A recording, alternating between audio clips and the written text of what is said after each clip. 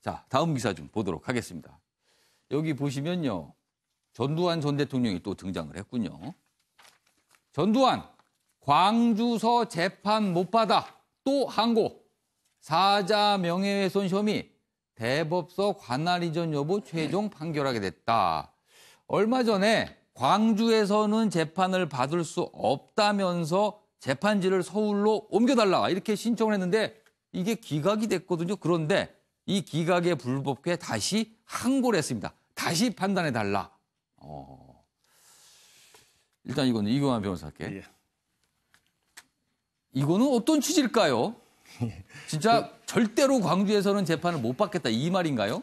예, 본인은 아마 그렇게 생각하는 것 같습니다. 예. 어쨌든 법원의 입장에서는 받아들이기 쉽지가 않을 겁니다. 예. 장소에 따라서 재판이 공정성을 잃는다. 법원에서 인정하기 어렵죠. 예. 그리고 실제로 재판부 자체가 광주 사람들로만 구성된 것도 아니고 예. 실제로 판사들이 이렇게 순환하기 때문에 실제로 재판부 자체 때문에 불공정성이 예견된다고 보기는 어려운데 문제는 그 전두환 대통령 피고인인 전두환 대통령 본인의 주관적 의사 때문이죠. 근데 어쨌든 재판 제도는 당사자의 재판 승복, 판결 승복을 우위로 하는 것이 재판이기 때문에 예. 판결 승복이 안 된다면 본인에게는 어떤 영향을 미칠 수가 있습니다. 예. 따라서 뭐 실제적인 불공정성은 없다 하더라도 예. 만약에 본인이 굳이 광주 재판에서 원하지 않는다면 혹시 그 공정성, 판결 승복을 위해서 옮길 수 있는 걸 한번 고려를 해볼 수 있지 않을까. 예. 저는 재판부가 절대로 공정하지 않다고 생각하지는 않습니다. 그런데 예. 혹시 판결이 났을 때 당사자가 그것을 빌미로 광주에서 재판이 일어났던 걸 빌미로 혹시 승복하지 않을까. 이런 위험을 미연에 방지하기 위해서 저는 서울이나 다른 지역에 했다 하더라도 그 결과가 달라질 거라고 보진 않거든요. 증거에 의해서 판단될 거라고 보기 때문에 예. 그런 여지를 없애기 위해서라도 즉 당사자의 판결 승복을 위해서 한번 고려를 해보는 것이 좋지 않을까라는 의견을 한번 조심스럽게 내봅니다. 아무튼 요 사안은 지금 대법원에서 이제 판단을 하게 됩니다. 어떤 결과 나올지 또 뉴스가 될 것 같습니다. 자, 이번엔 다른 소식 하나 보죠. 문재인 대통령 음주운전 실수 아닌 살인이다. 초범도 강력 처벌해야 한다. 이렇게 어제 얘기를 했습니다. 청와대에서 열린 수석 보좌관 회의에서 국민청원, 음주운전 관련 국민청원이 올라온 곳에 답변을 하면서 이런 얘기를 했습니다. 여기 자세한 내용 보겠습니다. 문재인 대통령은 10일, 어제입니다. 청와대에서 열린 회의에서 지금 청와대 국민청원 게시판에 올라온 음주운전 교통사고에 대한 엄중한 처벌을 요청하는 청원이 25만 명이 넘는 추천을 받았다. 20만 명이 넘게 되면 청와대가 답변을 해야 되거든요. 근데 어제 이제 대통령이 대신 답변한 셈이 됐습니다.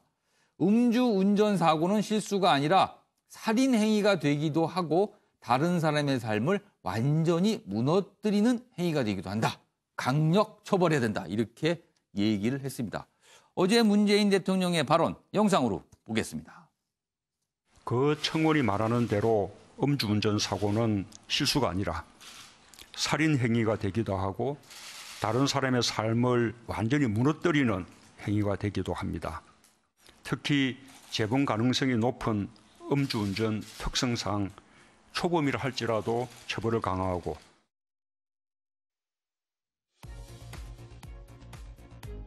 문재인 대통령이 어제 수석보좌관 회의를 주재한 자리에서 음주운전 처벌을 강화하는 등 대책을 마련할 것을 지시했습니다. 문 대통령은 음주운전 사고는 실수가 아니라 살인 행위가 되기도 하고 다른 사람의 삶을 완전히 무너뜨리는 행위가 되기도 한다고 말했는데요. 현재 청와대 국민청원 게시판엔 음주운전 사고에 대한 처벌을 강화해달라는 청원 글이 올라와 있습니다. 문 대통령은 사실상 이 청원에 직접 응답한 셈인데요. 문 대통령은 음주운전으로 실수를 하는 문화를 끝내야 할 때라고 강조했습니다. 뿐만 아니라 재범 가능성이 높기에 초범이라도 처벌을 강화해야 한다고 밝혔는데요. 동승자에 대한 적극적 형사처벌, 상습 음주운전자의 차량 압수 및 처벌 강화 등을 정부가 추진 중이긴 하지만 이것만으로 실효성 있는 대책이 될 수 있을지 되짚어봐야 한다고 말했습니다.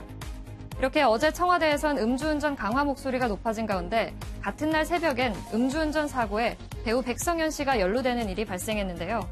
현재 군 복무 중인 백성현 씨가 어제 새벽 음주운전 차량에 탑승했고 사고 당시 이 차량 운전자의 혈중 알코올 농도가 면허 정지에 해당하는 수치였다고 합니다. 백성현 씨의 소속사는 입장문을 통해 음주운전 차량에 동승했다는 사실을 인정하고 사과했는데요. 군 복무 중 정기 외박을 나와 지인들과 모임을 한 후 차량에 동승했다고 밝혔습니다. 이어 군인 신분으로 복무 중에 무리를 일으킨 점을 깊이 반성하고 있다고 전했는데요. 백성현 씨가 직접 차를 몰진 않았지만 음주운전 차량에 동승했기에 음주운전 방조죄가 적용될 가능성이 제기되고 있습니다. 지금까지 박진아의 이슈톡이었습니다. 네. 윤용구 대표님. 네. 음주운전 차량의 동승자에 대한 처벌 강화. 이 부분 좀 어떻게 보세요? 그 벌써 시행이 되고 있죠. 예. 예, 근데 좀 더 좀 강하게 하겠다, 앞으로도. 그거는 책임을 아주 뭐 강하게 묻겠다. 그거는 앞으로도 예. 문재인 대통령도 얘기했듯이 예. 그 음주 단속을 강화한다는 게 지난달에 25일 날 휴가 나왔던 윤창호 씨라고 그분이 음주운전 사고에 의식불명이 돼가지고 지금까지도 예, 예. 그렇습니다. 그런 굉장히 상태니까 안타까운 사연으로 남아 있습니다. 그 친구들이 국민청원을 예. 해가지고 청와대 청원에 뭐 25만 명까지 예. 됐다는 거 아니에요? 그래서 우리 음주 문화가 많이 바뀌어야죠. 근데 음. 동승자에 대한 처벌도 지금 하는데 그것도 더 강화하는 거는 그거는 뭐 아주 잘하는 일이라고 봅니다. 네. 그리고 우리나라 또 법도 좀 바꿔야 돼요. 주치 감경이라고 있잖아요. 예. 범죄를 저질렀는데 술 먹고 하면 예. 주치 감경 술 술 취한 먹었으니까 상태에서는 좀 봐준다. 약간 예. 좀 정신이 예, 예. 오락가락하니까 좀 봐준다 이거인데 이거 바꿔야 돼서 주치 가중처벌법을 만들어야 돼요. 같은 벌에도 술 먹고 했으면 더 가중처벌. 그렇죠. 그리고 지금도 0.05가 정지인데 그걸 0.03으로 어제 내린다고 예, 했잖아요. 그런 거는 음주에 대해서는 아예 좀 뿌리를 뽑는다는 식으로 발본 세워내야 되지 않은가. 뭐 저부터 그래요. 예. 몇 잔 하면은 요 정도면은 괜찮겠지. 예. 어떨 때는 몰고 가고 예. 어떨 때는 예. 불러서 가고 하는데 이거를 완전히 포기하게 하려면은 예. 좀 더 엄한 대책 이거는 뭐 아무리 강조해도 지나치지 않다. 요전에도 그 고속도로 CCTV 보니까 벤츠 자동차가 고속도로 거꾸로 달리는 차도 있었잖아요. 예. 술이 대체해가지고 예. 그런 건 남의 가정을 파괴하니까 그런 단속은 뭐 강화해도 전혀 지나치지 않다 이렇게 봅니다. 알겠습니다. 김시혁 교수님. 예, 좀 찾아보니까는 이제 이 음주운전에 대한 처벌이 국가마다 상당히 다양하더라고요. 예. 예, 다양한데 공통점은 보니까 예. 음주운전을 하여간 범죄로 규정하고 있다는 겁니다. 그러니까 그리고 또 이제 저 희생자가 나왔다 사망을 하게 이르면은 이거는 이제 살인으로 본다라는 거는 그것 또한 이제 공통점이었고요. 그래서 이 또 한편으로는 이제 음주운전뿐만 아니라 과속도 사실은 굉장히 이제 그 범죄하거든요. 일본만 해도 과속에 대해서도 굉장히 엄격하게 이 가가지고 조사까지 다 받아야 됩니다. 근데 이제 우리는 보면은 이제 그 음주운전이라든지 뭐 과속이라든지 이런 거를 굉장히 사소하게 생각하는 어떻게 보면은 뭐 우리 사회가 뭐 굉장히 속도 사회라든지 뭐 어떻게 이렇게 굉장히 좀 음주해서라도 운전도 하고 뭐 하고 하면 되고 졸음운전도 있습니다. 굉장히 졸음운전부터 시작해서 뭔가 굉장히 무리하게 하고 과도하게 하고 이러는데 이 부분이 이제 다 타인에 대한 배려나 이 부분들을 생각을 못하게 만드는 거죠. 근데 지금은 이제 이 살인으로 규정하는 게 맞고 문재인 대통령 말씀하신 것처럼 그런 거에 따라 관련 이제 법조항도 이제 바꿔갖고 이 음주운전하면 진짜 패가망신한다라고 하는 이제 그런 인식들을 좀 갖게끔 만드는 게 필요한 거 아닌가 생각이 듭니다. 사실 피해를 당하시는 분 입장에서는요. 음주운전이나 졸음운전이나 과속이나 다 똑같습니다. 큰일 나는 일이거든요. 이거에 대해서는 좀 엄한 처벌 많은 분들이 지금 얘기하고 계십니다. 자, 다음 기사 보도록 하겠습니다. 네이버 모바일 첫 화면에 뉴스 실검 없앤다. 이렇게 나왔어요. 어제 네이버 측에서 발표를 했습니다. 지금 보시면요. 많은 분들이 네이버 이 스마트폰으로 많이 사용하고 계실 텐데요. 여기 사진 좀 보시죠. 여기 보시면요. 기존의 화면은요. 여기 사진 중에 이 모습과 비슷합니다. 이렇게 뉴스가 먼저 나오고 여러 가지 콘텐츠들이 보이고 뭐 실검 순위도 보이고 나오는데 이거를 깨끗하게 다 없애고요. 이런 모습으로 딱 검색 창만 보이게 하겠다. 네이버가 어제 발표를 했습니다. 그렇다면 이유가 뭘까요? 그동안 네이버의 이 뉴스를 가지고요. 이런 얘기가 있었습니다. 보이시죠? 뉴스와 실검, 그리고 댓글, 뭐 여러 가지 이런 걸 가지고요. 여론 조작 논란을 불식하고 사용자들이 콘텐츠를 직접 선택하도록 하겠다. 뭔가 여론이 좀 이상하다. 뭔가 누군가가 손질하는 것 같다. 이런 의혹과 논란이 있었죠. 그리고 왜 사용자들이 자기가 보고 싶은 걸 보게 뉴스를 고르게 해줘야지 왜 네이버에서 뉴스를 고르서 올리냐. 이런 불만들이 있었는데 그거에 대한 대책을 내놓은 겁니다. 그렇다면 이걸 언제부터 우리는 사용할 수 있을까요? 여기 설명이 돼 있네요. 이 버전은 뭐 스마트폰 뭐 여기 사용할 수도 있고요. 정식 버전 출시 일정은 아직 확정되지 않았답니다. 조금 더 이제 테스트를 해본 뒤에 올 연말 아니면 해가 바뀔지 모르겠는데 하여튼 올 연말쯤에는 공식적으로 공개를 하겠다. 모든 사람들이 사용할 수 있게 하겠다. 이런 내용을 좀 밝혔습니다. 김건학 교수님. 네. 네이버 관련돼서 그동안 참 얘기가 많았는데 일단 발표를 했습니다. 잘된 방향성은 예. 잘 잡았다고 생각을 해요. 사실 저 일이 이제 이렇게 만들어지게 된 배경은 우리가 드루킹이라든가 댓글 예. 조작이라든가 등등의 것들로 예. 해가지고 실검을 하고 댓글을 조작을 예. 해서 사실 여론을 자기들이 유리한 방향으로 가져가는 예. 그게 결국에는 이제 선거에 영향을 미쳤던 것이고 거기에 이제 빗발친 비난 여론이 있으니까 이제 여기서 네이버에서 이제 바꾸는 건데 딱 우리가 구글을 보면 구글의 어떤 첫 초기 화면과 이제 똑같은 거죠. 그렇죠. 구글은 검색창만 딱 보입니다. 그렇죠. 근데 시작하면. 사실 제일 문제가 됐던 게 일종의 편집거든요. 그러니까 언론사가 아닌데 언론사 역할을 했던 거지 않습니까? 사실상 네이버가 언론 역할을 한다고들 많이 보시고 그렇죠. 있죠. 왜냐하면 그걸 통해서 우리가 예. 이제 세상을 열어보는 거기 예. 때문에 거기서 맨 헤드라인으로 깔아놓으면 그것부터 보게 되는 거거든요. 예. 그래서 그런 부분에서는 당연히 이번에 고쳐야 되는 것들을 너무 늦게 고친 감이 있다. 그래서 본연의 기능으로 포털의 본연의 기능으로 돌아갈 필요가 있는 거죠. 알겠습니다. 이경환 변호사. 예. 저 김관영 교수님하고 이 점에서는 일치가 되는데요. 아, 의견이요. 같은 의견이십니까? 예, 그렇습니다. 실제로 네이버가 이 여론 형성에 가장 중요한 역할을 미친다고 하는 것은 예. 실제로 그 가져가는 광고 수익으로 봐도 충분히 알 수가 있습니다. 예. 실제로 모든 언론사의 광고 수익보다 예. 이 뉴스에 따르는 그 네이버의 광고 수익이 훨씬 많다는 거죠. 예. 실제로 그것 때문에 한 여론에 미치는 영향이 제가 정확한 데이터는 알 수 없지만 예. 80% 이상이 예. 네이버 뉴스에 의해서 여론 형성이 된다. 예. 이런 결과가 있음에도 불구하고 예. 실제로 네이버는 작년에 네이버 내부에서 예. 기사를 내리라든지 이런 이유가 있어가지고 어떤 여론 조작 가능성은 나왔을 뿐만 아니라 예. 이번에 드루킹 실제로 네이버 자체가 아니라 어떤 이 네이버 뉴스를 활용하는 제3자 독자에 의해서도 여론 조작 가능성이 있다라는 건 실제로 실현이 됐기 때문에 예. 이 부분에 대해서 뉴스는 어떻게 보면 뉴스는 공익적 기능 아닙니까? 예. 공익인데도 불구하고 사기업이 이것을 담당해가지고 하는 것 자체가 어떻게 보면 모순이라고 볼 수 있습니다. 실제로 다른 언론사들은 예. 언론법이라든지 이런 규제를 받아서 방송통신위원회라든지 그렇죠. 언론은 규제를 많이 받습니다. 언론 규제를 많이 받습니다. 그런데 이 네이버만 언론이 아니면서 언론보다 더 많은 여론 형성 기능을 하고 있기 때문에 실질적인 오히려 역할을 그렇게 하고 있는데 실제로 그렇습니다. 예. 그러니까 본인의 역할과 규제가 이게 안 맞아떨어지는 거죠. 예. 그런 차원에서 본다면 이런 기능들을 없애가지고 본래의 기능인 검색 기능으로 순화시키는 것이 맞는 방향이라고 저는 생각을 합니다. 근데 제대로 예. 하려면은 당장 하든지 해야 되는데 지금 국정감사 열리잖아요. 예. 국정감사 열릴 때마다 네이버 이사회 의장 이해창인가요? 그 사람 오라 그러거든요. 예. 항상 해외가 있어요. 예, 예. 그러니까 이거 일시적인 모면하기 위한 거 아니냐. 그 아직 언론사에서 정말 하려면 아웃링크라 해서 예, 예. 해당 오면은 언론사로 바로바로 연결시켜 줘야 되는데 아직 네이버 의장이 아까 말했던 이혜진 의장. 그렇죠. 이혜진이죠. 이혜진 예. 이사회 의장은 예. 그 가을부터는 주로 외국 가 있어요. 예, 예. 국회에서 부르니까 안 가려고. 예. 언론사 역할은 하는데 예. 언론사는 빠져 있으니까. 예. 지금 드루킹부터 모든 거의 중심이잖아요. 그리고 저는요.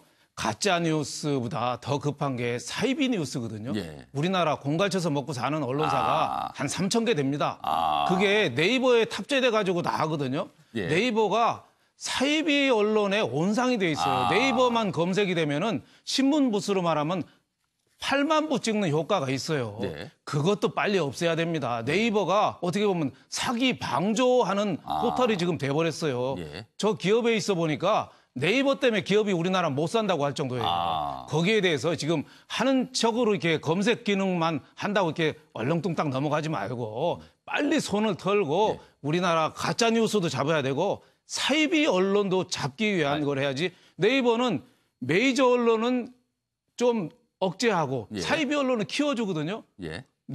메이저하고는 대척점에 자꾸 있으려고 그래요. 예. 그러다 보니까 사이비 언론이 너무 창궐한 게 네이버에 저는 큰 책임이 있다. 거기에 대해서도 좀 반성해야 된다 이렇게 봅니다. 지금 윤영걸 전 대표께서 말씀하신 거는 MBN의 내 공식 입장은 아니고 윤영걸 전 대표가 말씀하신 걸로 저희가 한정을 하도록 하겠습니다. 실제 경험에 의해서 나온 얘기입니다. 알겠습니다. 참고해 주시기 바랍니다. 자, 이번에 다른 기사 보겠습니다. 이번엔 직장 내의 모습을 다룬 기사가 있군요. 의미 없지만 하라니까 부장 의중에 맞춰 기업 업무 방식에 관한 직장인 대상 조사가 있었습니다. 대한상의가 직장인 4,000명을 대상으로 조사했는데 지금 당신 직장 내부에서 이루어진 업무 방식에 대해서 어떻게 평가하십니까? 라고 물어보니까 전체적인 평가는요, 점수를 100점 만점에 45점을 줬습니다. 그리고 이 내용이 좀 굉장히 눈길을 잡습니다. 업무 방식에 대해서 그 기업 내 직급별로 인식이 완전히 다르군요. 보시죠. 여기 보시면 먼저 CEO. CEO는 지금 그 회사의 업무 방식을 볼 때 왜 일에 대한 열정이 없을까? 직원들이 이런 고민을 한다 그러네요. 본부장은요. 왜 직원들이 내 말을 못 알아듣는 거야? 답답해 죽겠네. 팀장은요. 왜 난 아무것도 결정을 하지 못하는가? 왜 나에게는 결정권이 없는가? 이런 고민을 한다 그러고요. 과장은요. 왜 하던 대로만 해야 될까? 대리는요. 왜 방향 없이 오락가락 일을 하는가? 일반 사원은요. 나는 왜 이 일을 하고 있는 걸까? CEO와 사원은 완전히 다른 인식을 하고 있네요. 김철 교수님. 예.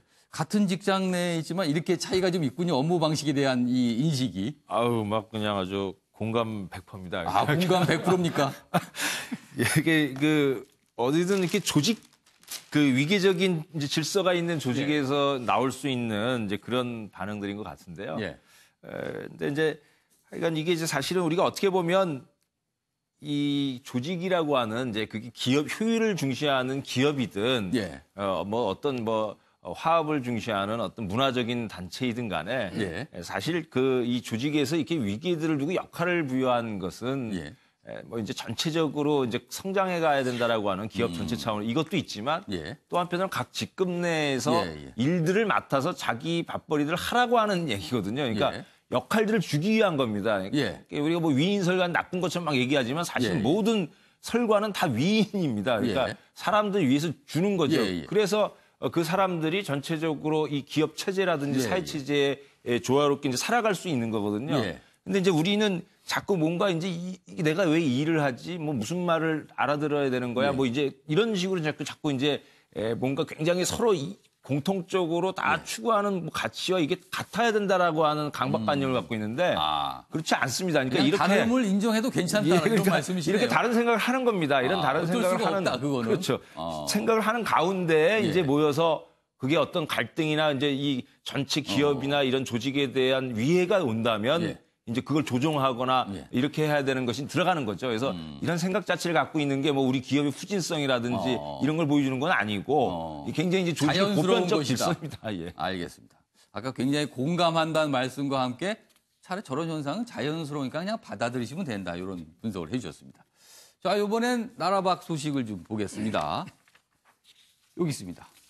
한국일보인데요. 시진핑 일가 홍콩에 930억 원대 부동산. 홍콩 빈가일보가 보도를 했습니다. 누나 조카 등 신분 숨기고 고급 주택 등 부동산 8채 소유. 후진따오 등 전직 지도부도 연루돼 있다. 반부패 정책 지금 한창 중국에서 펴고 있는데 과연 정당성이 있는 것인가 이런 의문이 들고 있다. 이런 기사네요. 김구락 교수님. 네. 이렇다면 이게 중국 내부에서 좀 문제가 되겠는데요? 항상 그 문제는 이제 내재돼 있었던 문제입니다. 결국엔 권력이 어떻게 예. 하든 독점이 돼 있잖아요. 중국 예. 공산당에 의해서. 예. 그리고 실질적으로 중국 공산당의 최고 지도부가 견제를 안 받거든요. 예. 그러니까 어떤 형태로든 이런 어떤 고인물이 썩는다고 예. 부정부패 요소는 아주 충분히 차고 넘치는 상황에 있는 거죠. 예. 그런데 이제 거기서 더해서 예. 사실은 시진핑 같은 경우는 지금 반부패 운동을 하고 있거든요. 예. 전에도 얘기했지만 거울보기 운동이라든가 등등의 것들을 해서 군부도 이제 자기 사업 못하게 하고 막 예. 이렇게 다른 사람들은 부패 못하게 하면서 자기가 측근이 이런 식으로 예. 한다 그러면 사실상 이런 반부패 운동이라든가 이걸 힘있게 끌고 나가기 어려운 상황으로 직면할 물론 뭐 수 있어요. 아직까지는 홍콩의 언론의 보도입니다만. 그렇죠. 확인된 건 예. 아니지만 예. 결국에 이것들이 계속해서 예. 이제 시간이 나가고 예. 예컨대 권력에서 내려올 때쯤 되면 그런 얘기들이 더 많이 나올 수가 있거든요. 예. 중국. 뭐 상황이 좀 복잡하게 돌아갈 수도 있을 것 같습니다. 과연 중국에 있는 본토에 홍콩이 아닌 다른 지역의 언론은 이걸 과연 보도할까 그런 생각도 들기도 합니다. 자, 마지막 기사 하나 보도록 하겠습니다. 아버지 불구덩이에 뛰어든 50대 아들마저 안동 시골 농가 화재로 부자가 참변을 당했는데 80대 부친 대신 송이 따라왔다가 차 시동도 못 끄고 구하러 집으로 달려 들어갔으나 부자가 모두 변을 당했다. 안타까운 소식이네요. 윤영골 전 대표님. 네. 이런 소식 들을 때마다 시골에서 네. 연로하신 부모님 혼자 계실 때 네. 이런 걱정들 많이 하실 겁니다, 지금. 그렇죠. 송이 캐러 고향을 갔는데 네. 불이 났는데 어머니는 나오고 아버지를 구하러 뛰어들어간 건데 참 그 안동에서 슬픈 일이 발생했습니다. 알겠습니다. 자, 오늘 대부분 지역이 아침엔 10도 이하지만 오후엔 최고 19도까지 올라가겠습니다. 일교차가 큰 만큼 옷차림에 꼭 신경 쓰셔야겠습니다. 오늘은 여기까지입니다. 내일 오전 8시에 다시 뵙겠습니다.